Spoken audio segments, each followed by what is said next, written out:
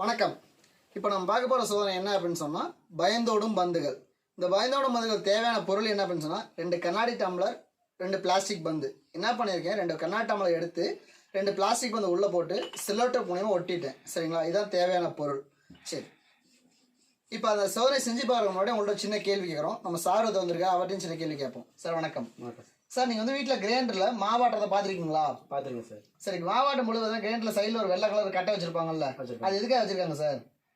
Grinder ஓடும் பொழுது okay, அந்த மாவு வட்டத்துக்கு போகும். ஓகே, வட்டப்பாதைக்கு போயிடும். அது மறுபடியும் குளிக்கு கொண்டு வரதுக்காக அந்த கட்டை வச்சிருக்காங்க. அந்த கட்டை வச்சிருக்காங்க. அப்போ அந்த கிரைண்டரில் என்ன ஒரு அறிவியல் தத்துவம் செயல்படுதுங்க சார்?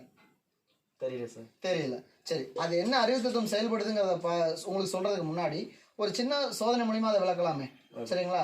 சரி சார், இப்போ என்ன பண்ணியிருக்கேன், 2 கண்ணாடி டம்ளர் எடுத்து பிளாஸ்டிக் பந்தை உள்ள போட்டாச்சு, செலோ டேப் ஒட்டியாச்சு. சரிங்களா, இப்போ என்ன பண்ணிருக்கேன், இந்த கண்ணாடி டம்ளர் பிரிக்காம தனித்தனியாக எடுக்காம என்ன பண்ணணும், இந்த பந்தை இந்த சைடு ஒன்று இந்த சைடு ஒன்று தனியாக பிரிக்கணும் சார். நீங்கள் 2 டம்ளருக்கும் ஒவ்வொரு பந்து போகும். ஆமாங்க சார்.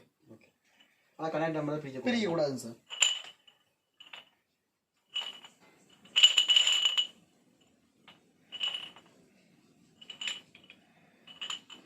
ரெண்டுமே ஒரே பக்கம் தான் போகுது. ரெண்டும் ஒரே பக்கம் தான் போகுது, தனித்தனியாக பிரிய மாட்டேங்குது. சரி சார், இப்போ என்ன பண்ணுறீங்க, இப்போ நீங்கள் பிரித்து பார்த்தீங்கல்ல, இதே நீங்களே செய்யுங்க. உங்களுக்கு சொல்கிறேன் எப்படி செய்யணும்னு சொல்கிறேன். சரிங்களா, இப்போ அந்த கண்ணாடி டம்ளர் இருக்குது பார்த்தீங்களா, அந்த கண்ணாடி டம்ளர் டேபிள் மேலே வச்சுக்கோங்க.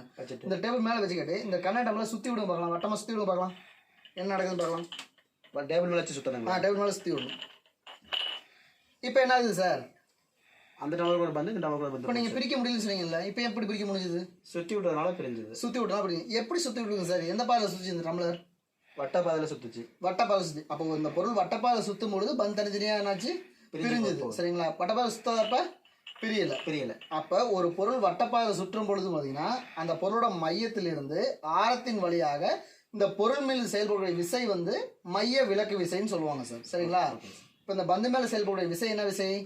மைய விலக்கு விசைன்னு சொல்றாங்க. ஏன்னா பந்து வட்டப்பாதை சுத்தப்படும் பொழுது பந்து மையத்துல என்ன ஆகுது, விலகி போகுதுங்க சார். சரிங்களா, அப்போ விலகி போகும்பொழுது பந்தில் மேலே செய்யக்கூடிய விசை என்னது?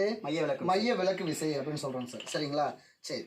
இப்போ நான் ஃபர்ஸ்ட் உங்கள்கிட்ட ஒரு கேள்வி கேட்டேன் சார், கிரைண்டரில் ஏன் இந்த இடையில கட்ட வைக்கிறாங்கன்னு சொல்லி கேட்டிருந்தீங்க. அப்போ அதில் என்ன அறிவியல் தத்துவம் செயல்படுமா? இதே அறிவியல் தத்துவம் சார். அதுலேயும் கிரைண்டர்லையும் மைய விலக்கு செயல்படுதுன்னு சொல்லுவோம்.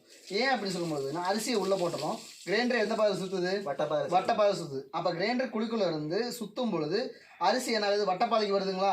வட்டப்பாதைக்கு வரும்பொழுது அரிசி அரைப்படுமா அரைப்படாதா? அரைப்படாது. வட்டப்பாதைக்கு வந்ததுக்கு அரைப்படாது. அதனால ஒழுங்கா அரைப்படணும் அப்படின்னு சொல்றேன். என்னன்னா இடையில கட்ட வச்சிருக்காங்க சார். சரிங்களா, அப்ப அந்த கிரைண்டர்ல எந்த பொருள் மேல மைய விலக்கு செயல்படும் சொல்றீங்க? அரிசி மேல செயல்படும். ஏன்னா அரிசி தான் மையத்தை விட்டு விலகி போகுது. சரிங்களா, அப்ப எந்த ஒரு பொருள் வட்டப்பாதை சுத்தப்படும் பொழுதும் அந்த பொருள் மைய விலக்கு விசை செயல்படும் அப்படின்னு சொல்லி இதில் நம்ம தெரிஞ்சுக்கணும். சரிங்களா சார்? ஓகே சார், நன்றி சார்.